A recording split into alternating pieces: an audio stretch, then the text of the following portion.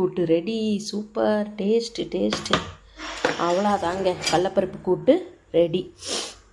சூப்பராக இருக்கும், டேஸ்ட்டாக இருக்கும். ட்ரை பண்ணுங்கள். இங்கே பாருங்க, பொடியாக அறுத்து வச்சுருக்கேன் புடலங்காய்.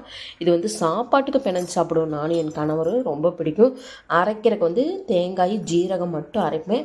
மிளகாத்தூள், மஞ்சத்தூள், உப்பு, இவ்வளோதாங்க. ஆமாம், கடலப்பருப்பு வேகுது பாருங்கள்.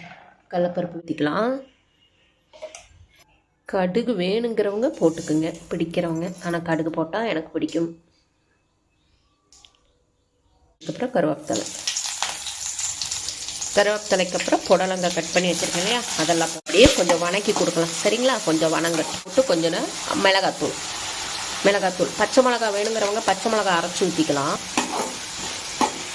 வணக்கி கொடுக்கலாம். கொஞ்சம் வணங்கினதுக்கப்புறம் நம்ம வேக வச்ச கடலப்பருப்பு அதையும் ஊற்றிக்கலாம். கொஞ்சம் தண்ணியோட, நிறையா வேண்டாம். அதையும் ஊற்றி கொஞ்சம் வணக்கலாம். நம்ம அரைச்சி வச்சுருக்க பேஸ்ட்டு பாருங்கள். தேங்காயும் ஒரு ஜீரகம் மட்டும் அரைச்சி வச்சுருக்கேன். கலக்கினதுக்கப்புறம் நம்ம அரைச்சி வச்ச பேஸ்ட்டு அதை ஊற்றிடலாம். பேஸ்ட்டில் கொஞ்சம் ஜாரில் தண்ணி ஊற்றி வேணுங்கிற தண்ணி ஊற்றிக்கலாம்.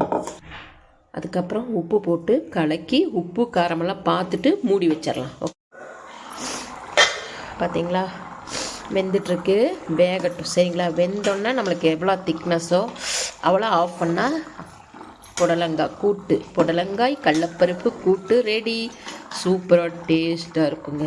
ஆமாம், ட்ரை பண்ணுங்கள். பருப்பு கூட்டு ரெடி. Super taste. அவ்வளோதாங்க, கடலப்பருப்பு கூட்டு ரெடி. சூப்பராக இருக்கும், டேஸ்ட்டாக.